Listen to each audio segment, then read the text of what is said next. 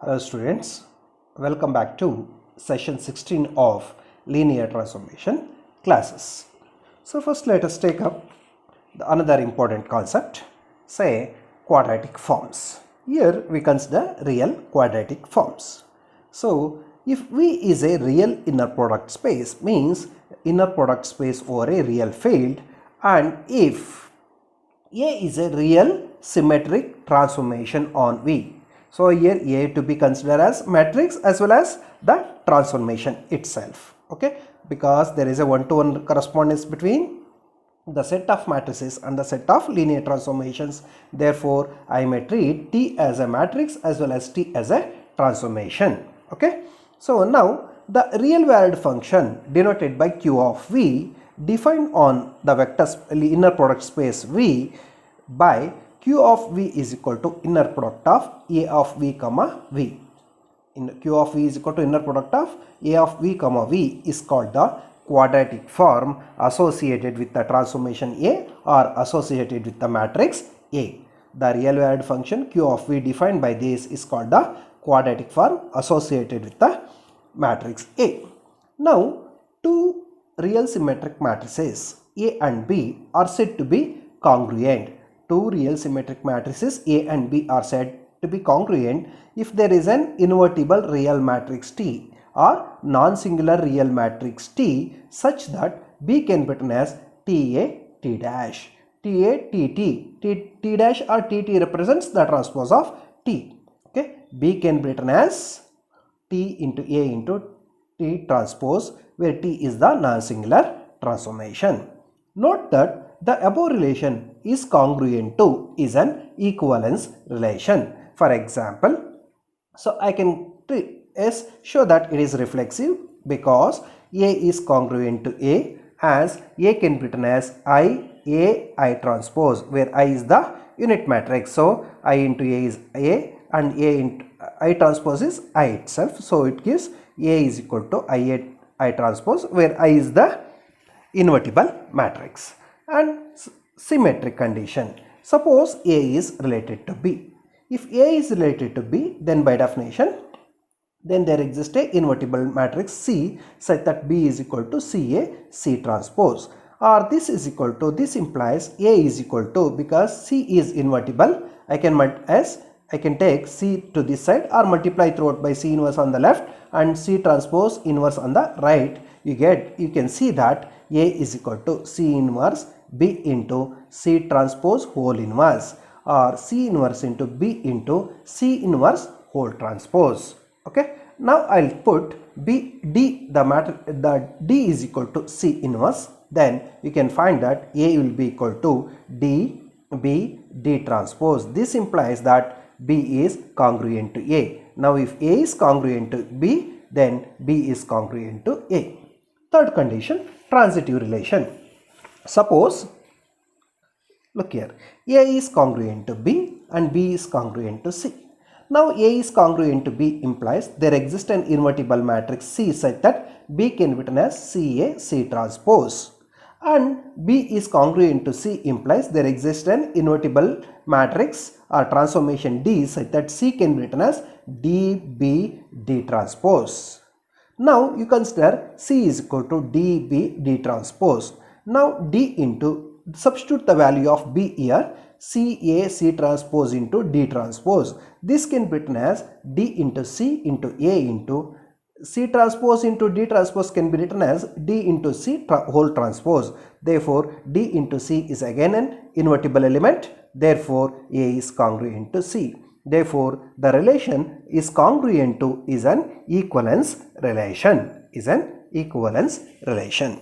So now we are going to prove one important canonical form, that is using Sylvester's theorem. This is also known as Sylvester's law of inertia.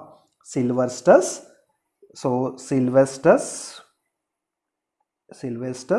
law of inertia. In the examination, they will ask like, so state and prove Sylvester's law of inertia or Sylvester's theorem is, you need to write this. So this states, given the real symmetric matrix A, there is an invertible matrix T such that TAT transpose is equal to IR minus IS and 0T. Here IR denotes the R cross R unit matrix. IS denotes the S cross S unit matrix with the negative entries, and 0T is the T cross T 0 matrix. T cross T 0 matrix. Here the integers R plus and R plus S and R minus S are called the rank and signature of A respectively. R plus S is called the rank and R minus S is called the signature. So that any two real symmetric matrices are congruent if and only if they have the same rank and signature. Two real symmetric matrices are congruent if and only if they have the same rank and signature. Say, let us prove this now. Okay, yes, proof. So look here, they were given A is real symmetric matrix. Since A is real symmetric, you know that its characteristic roots are all real. Therefore, take lambda 1, lambda 2, etc. lambda r be its positive characteristic roots or positive eigenvalues, and minus r plus 1 minus lambda r plus 1 minus lambda r plus 2, etc. minus lambda r plus s be its negative characteristic roots or negative eigenvalues. Now we know that the real symmetric matrix can be brought to diagonal form using an orthogonal matrix. This we already proved. Therefore, the real symmetric matrix here A, for the real symmetric matrix A, there exists an orthogonal matrix U such that UA U transpose or UA U inverse is equal to, so lambda 1, lambda 2, etc. lambda r positive eigenvalues, minus lambda r plus 1, etc. minus lambda r plus s negative eigenvalues, and 0T means T number of 0 eigenvalues, where T is n minus r minus s. N is the total number of dimension of the vector space V, means total number of eigenvalues, minus r number of positive eigenvalues, s number of negative eigenvalues gives the number of 0 eigenvalues, right? So this can be written as IR S, this is where T is equal to n minus r minus s. Now you take D to be the real diagonal matrix. Let D be the real diagonal matrix such that D is looking like 1 by root of lambda 1, 1 by root of lambda 2, etc. 1 by root of lambda r minus 1 by root of lambda r plus 1, etc. minus 1 by root of lambda r plus s, etc. I into T, here unit matrix. Okay, you take D to be like this. All these values lies on the main diagonal. Then you can see that D is same as D transpose, and if you consider D into UA U transpose into D transpose, we can see that will be looking like, say, 1 by root 2, 1 by root of lambda 1 into lambda 1 into 1 by root of lambda 1, etc. 1 by root of lambda r into 1 by root of lambda r. Next is minus 1 by root of lambda r plus 1 into lambda r plus 1 into 1 by root of lambda r plus 1, etc. like this. So this is looking like, say, this gives 1, 1, 1, etc. 1 and so on. So I'll write this as IR minus IS 0T. IR minus IS 0T. This shows that there is a matrix of the desired form in the congruence class of A. So there is a matrix of the desired form in the congruence class of A. We now show that this is the only matrix in the congruence class of A of this form. Or equivalently, if there are two matrices of this form, say L is IR minus IS 0T and M is also IR dash minus IS dash and 0T dash, then these are congruent if and only if R is equal to R dash, S is equal to S dash and T is equal to T dash. Okay. So suppose you assume that L is congruent to M. If L is congruent to M, then by definition of a congruence relation, there exists an invertible matrix T such that M can be written as T into L into T transpose. Therefore, rank of M is same as rank of T L T transpose. Okay. Therefore, this is nothing but rank of L itself. Therefore, rank of L means R plus rank of M is R plus S. That's called rank of L means R dash plus S dash. This implies R plus S is nothing but N minus T. N minus T is equal to N minus T dash. This implies T is equal to T dash. So, therefore, we have shown that T is equal to T dash. Now, we need to show R is equal to R dash and S is equal to S dash. For this, let us take up this. So now we show R is equal to R dash. So if possible, suppose that R is less than R dash. If R is less than R dash, then R plus S. R plus S is R dash plus S dash, definitely greater than R plus S dash. This implies if R is less than R dash, S is greater than S dash. S is greater than S dash. Let U be the set of all n tuple of elements, vectors or n tuple of elements of R such that this is consisting of first R terms 0 and last T terms zeros. So, U contains set of all n tuple of elements, or it is a subspace of Fn consisting of all vectors having the first R and the last T coordinates are zeros. Then what will be the dimension of U? U is spanned by middle S number of elements, means U is S dimensional. That is the dimension of S. U is S. And also you can see that for the non-zero element U in U, inner product of L of U comma U definitely you can found to be less than 0. Inner product of L of U comma U is found to be less than 0. Let W be the subspace of Fn, for which see here R dash plus 1, R dash plus 2, etc. R dash plus S dash components are all 0. Then what will be the dimension of W? Dimension of W means this components are zeros, means the dimension of W is equal to N minus S dash. N minus S dash.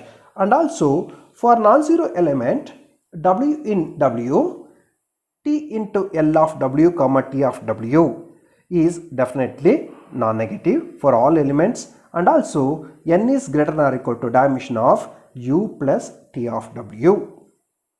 So this is equal to dimension of U plus dimension of T of W minus dimension of U intersection T of W. Dimension of U is S plus dimension of W. T of W is dimension of W minus dimension of U intersection TW. This is equal to S plus dimension of W is what? N minus S dash minus dimension of U intersection TW. So this implies N is greater than or equal to N plus S minus S dash minus dimension of U intersection T of W. See here, N is greater than N plus this terms means, okay. So this is dimension of U intersection T of W must be greater than 0. If it is positive, then total value is negative. Okay. And also because we have assumed that S is greater than S dash means it is a positive quantity. So this is positive, this is N, and this is positive quantities means this must also be positive. In other words, if it is negative, then total term becomes positive and which is greater than N, which is not true. Therefore, dimension of U intersection T of W is greater than 0. So it implies that there exists this is non-zero means greater than 0 means dimension is greater than 0 means at least one non-zero vector will be there. Therefore, X is the non-zero vector which lies in U intersection TW. This implies X belongs to TW and X belongs to U. Now, if X belongs to T of W means then L of X comma X is non-negative. But for X belongs to U, L of X comma X is less than 0. Both cases simultaneously not possible. Therefore, what is the possibility? So, therefore, R must be equal to R dash. If R is equal to R dash, then it implies that S is equal to S dash. Okay. Thus, we have proved the required theorem. Okay. Now, so let us take up another concept. Say quadratic forms. Say let V be a real inner product space, and suppose that T is a real symmetric n cross n matrix alpha ij acting on the field Fn. Acting on Fn.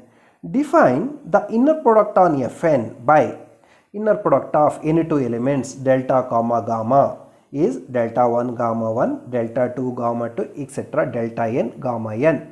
What are these delta 1 gamma 1, delta 2 gamma 2, delta n gamma n? These are the coordinates of delta, which is an element of Fn, and element of gamma, which is an element of Fn also. Now you consider the arbitrary vector, say u1, u as, consider arbitrary vector u as, say u containing the coordinates u1, u2, etc. un, which is certainly an element of Fn. Then say q of v, say yes, this is consider, they were given the quadratic form q of v is equal to inner product of tv comma v. Now if n is equal to 1, q of v, how it looks? If n is equal to 1, q of v is equal to q of x1. Q of x1 means what? T of x1 comma T of x1 comma x1. T of x1 is, if you have only one, means only one vector, means T of x1 means alpha 1 1 x1 comma x1. So if you take inner product, this is alpha 1 1 into x1 x1 square. So if n is equal to 1, q of x1 is alpha 1 1 into x1 square.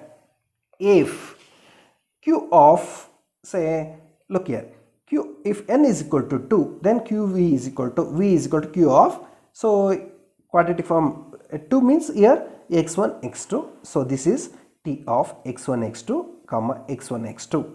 So this is equal to T of x1 x2 means x1 v1 plus x2 v2 comma x1 v1 plus x2 v2, because any element in R2 can be written as the linear combination of, say, this is 1 2 is equal to 1 into v1 plus 2 into v2 likewise.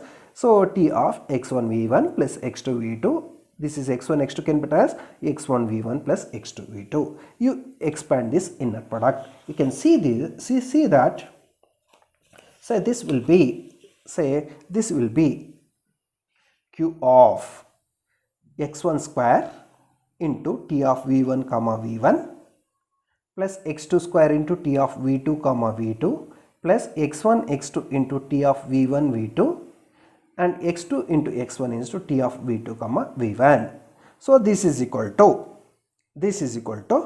say this is, call it as T of v1 is alpha 1 1 x1 square plus alpha 2 2 x2 square plus alpha 1 2 x1 x2 plus alpha 2 1 x2 x1, alpha 2 1 into x2 x1. But it is symmetric, means x1 x2 is same as x2 x1. Therefore we can write it as alpha 1 1 into x1 square plus alpha 2 2 into x2 square plus 2 times into alpha 1 2 into x1 x2. Similarly, for the three elements q of x1 x2 x3 is, straight away I can write alpha 1 1 x1 square plus alpha 2 2 x2 square plus alpha 3 3 x3 square plus 2 times into alpha 1 2 x1 x2 plus 2 times alpha 2 3 into s x2 x3 plus 2 times into alpha 1 3 into x1 x3. So in general q of x1 x2 etc. xn can be written as alpha 1 1 into x1 square plus alpha 2 2 into x2 square etc. alpha nn into xn square plus 2 times of summation over I less than j alpha ij into xi xj, that is 2 times of alpha 1 2 x1 x2 alpha 2 3 3 4 likewise, every possibility I'll write.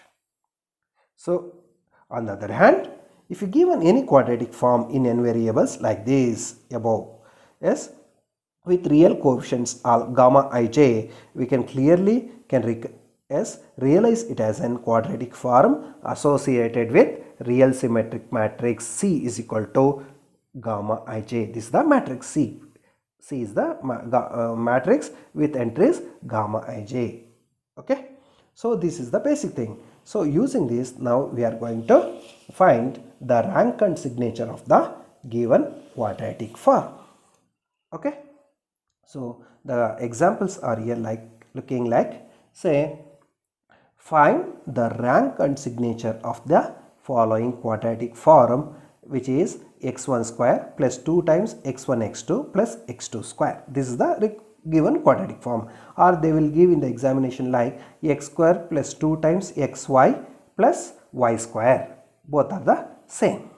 Now take the given quadratic form q of x1 x2. It is the variables in x1 x2. So x1 square plus 2 times x1 x2 plus x2 square, you call by the number 1. Now you find the associated real matrix first. Okay, so you compare this with the standard quadratic form. You can see that alpha 1 1 into x1 square means alpha 1 1 is 1 here. Alpha 1 2 into 2 times alpha 1 2 into x1 x2 means 2 is there. So alpha 1 2 becomes 1 only. Okay, and similarly alpha 2 to x2 square means alpha 2 2 is 1.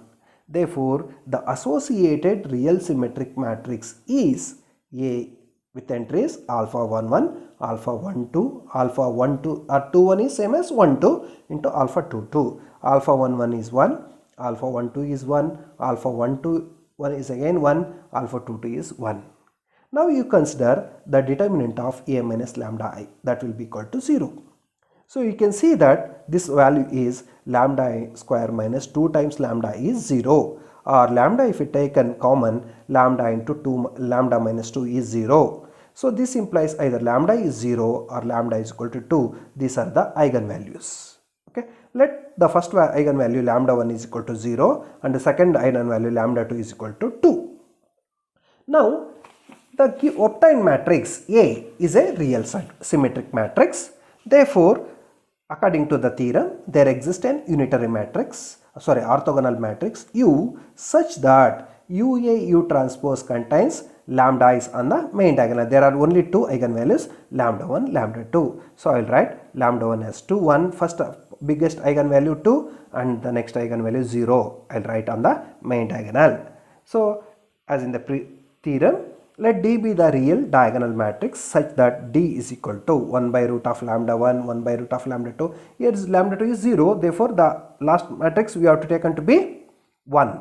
A unit matrix is there in the theorem. So 1 by root of lambda 1, 0, 0, 1, or 1 by root 2, 0, 0, 1. Clearly, D is same as D transpose. So therefore, you consider D into UA U transpose into D transpose, DA D dash or D transpose. So this is equal to 1 by root 2, 0, 0, 1. UA U transpose is 2, 0, 0, 1 and D dash is same. D transpose is same, 1 by root 2, 0, 0, 1. So after multiplication, you can see that the value of this will be equal to 1, 0, 0, 1. But this is equivalent to what? The standard form IR minus IS 0T. Here IR is only 1 cross 1 positive matrix. So only 1. Negative value is not there. So it is S is 0, R is 1, 0 is also there, 1. T is 1. Therefore R is 1, S is 0, T is equal to 1. Therefore rank is equal to R plus S is equal to 1 and signature is R minus S, 1 minus 0, that is 1. Rank is 1, signature is 1. Okay, understand this? Now let us take up the second example. So if I take up the second example, look here. So here to find the rank and signature of the quadratic form x1 square x plus x1 x2 2 times x1 x3 plus 2 times x2 square plus 4 times x2 x3 plus 2 times x3 square. So or they may give in terms of x, y, z. Say x square plus xy plus 2xz plus 2y square plus 4yz plus 2z square. Okay. So therefore the given quadratic form you call by the number 1. So you compare the given quadratic form with the standard quadratic form. You can see that alpha 1 1 is 1, alpha 2 2 is 2, Alpha 3 3 is 2. Okay, alpha 1 2. 2 times alpha 1 2 is 1. 2 times alpha 1 2 is 1. Therefore alpha 1 2 is 1 by 1 over 2.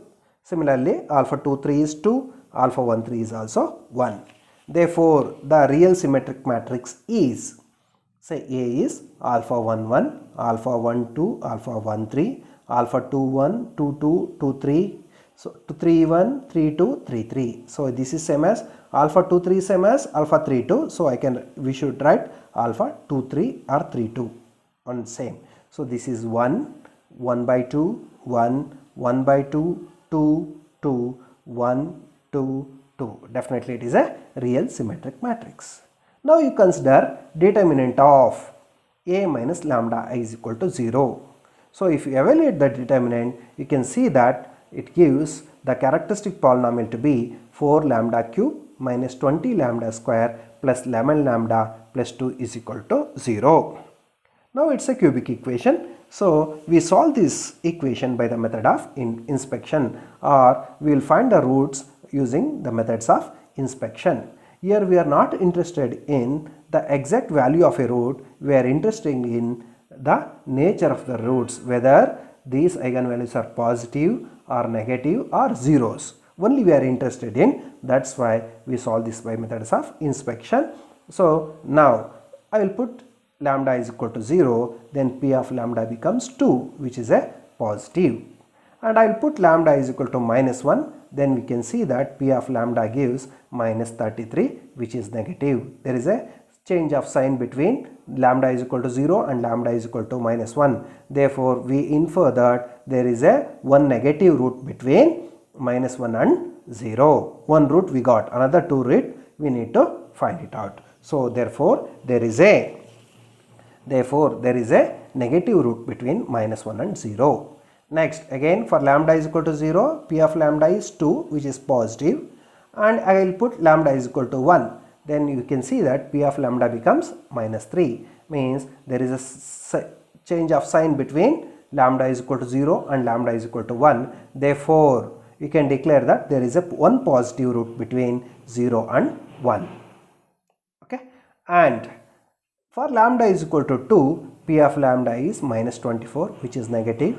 Again I will go for lambda is equal to 3, then you can see that P of lambda is minus 37, which is negative. And again I will go for lambda is equal to 4, P of lambda we can find to be minus 18, which is negative again. So next lambda is equal to 5, if I take, then we can find that P of lambda will be equal to 57, means which is a positive quantity. Therefore we can find a change of sign between lambda is P of lambda when lambda is equal to 4 and lambda is equal to 5. Therefore we have information that there is a positive root between 4 and 5. Okay, therefore we got all the three roots, one between minus 1 and 0, and the other between 0 and 1, and the third one between 4 and 5. So therefore A is equivalent to lambda 1, lambda 2, lambda 3, where lambda 1 is a root lies between 4 and 5, and lambda 2 is a root lies between 0 and 1, and lambda 3 is a root lies between minus 1 and 0. Okay, three roots we got. Therefore by Sylvester's law of inertia, A is congruent to IR minus IS 0t. Here we got two positive roots, so I will write it as I2, because so we will get a matrix I with lambdas on the main diagonal. So I2 and one negative root you got minus I1, and no zero roots, so I will not write it and written this. Okay, I2 minus I1. Therefore what is R? R is 2, S is 1, T is 0. Therefore rank is R plus S. R plus S is 3, and signature R minus S, which is 2 minus 1, which is 1. Therefore the rank of this is 3 and the signature is 1. Understand this? Okay, these are the few results of linear transformations. So if you can take another, you can consider the further example or more examples on the quadratic form. Okay, so that's all for this class, and thank you very much for listening.